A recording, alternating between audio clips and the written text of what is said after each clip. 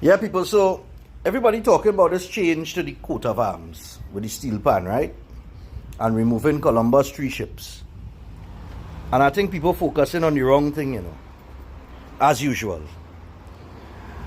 The removal of the 3 ships, to start with, that ain't gonna happen easily. A lot of people already put out information as to the amount of documents that have to change. To the people that jump up and clapping and giving standing ovations, I'm not surprised. That is their people, their supporters, their sycophants. Of course, they're going to give him a standing ovation. But this is nothing but just a gimmick, right? Whether it's an election gimmick or whatever you want to call it, is a gimmick. Okay? He want to pretend to be the person that freeing you from colonialism and everything that is from the colonial days, right? As if he is the leader that so love black people, and are saying it real raw. But it could never be when we are over 400 murders for the year, 600 2 years ago, nearly 600 last year. Every single community that is run by his political party is in a state of deterioration, riddled with gang violence, and we could go on and on and on. So he's the last person to even try to pretend that he have black people interests at heart. That's to start with 1. 2, to remove the ships is to erase Trinidad and Tobago's history. So what we're going to do, we're going to change the history books in school that is teach about Christopher Columbus. How far they're willing to go. He was asked a question by TV6 on the news if we would have to change the currency, our money, because the coat of arms is on that. And he sent a simple answer saying, no, sir. Trinidad and Tobago dollars is the most circulated item that the coat of arms is on.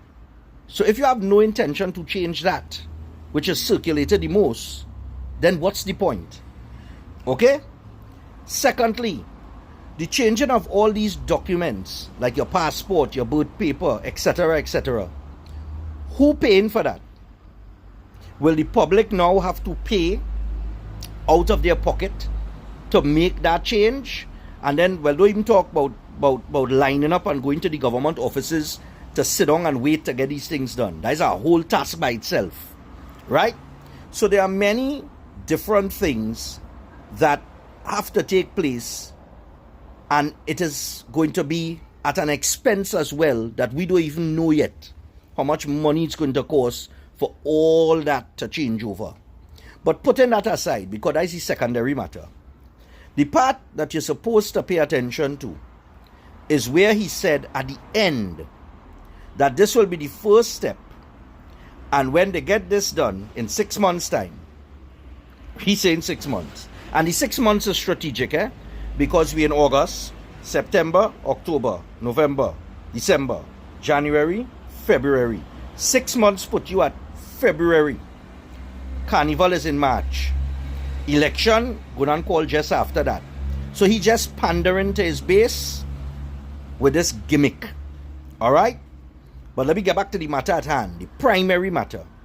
He said after they make this change, the next step is to remove, and I'm quoting him exactly what he said, is to remove Trinidad and Tobago from being squatters on the doorstep of the Privy Council. That is where your conversation should be. Because for the longest while now, this administration has shown intent to move away from the Privy Council, which is the last court or the highest court for Trinidad and Tobago. But more importantly, they want to move away from that and go to the CCJ, which is the Caribbean Court of Justice. Let me tell you why that is a bad move, and why this gimmick is just to garner support for them to push for us to be removed from that Privy Council. The Privy Council is beyond the reach of Caribbean leaders, especially in Trinidad and Tobago. Many cases have been lost in the local courts and then appealed at the Privy Council level and reversed because the hand can't reach there. You have to take into consideration the motive, right?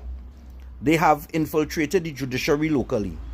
They have infiltrated the EBC, the TTPS, the President Office, all the independent institutions that exist so that dictatorial rule cannot happen, right? So that you don't end up under dictatorship.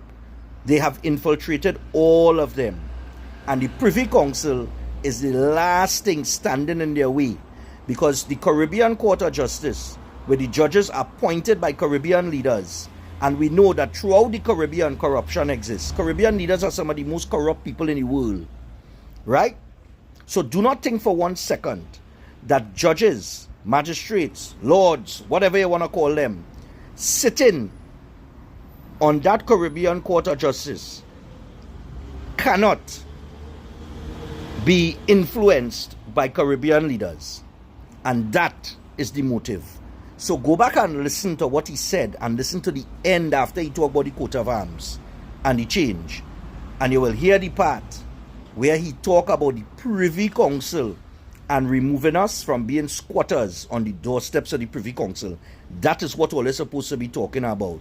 Not steel pan replacing the 3 ships, Columbus 3 ships.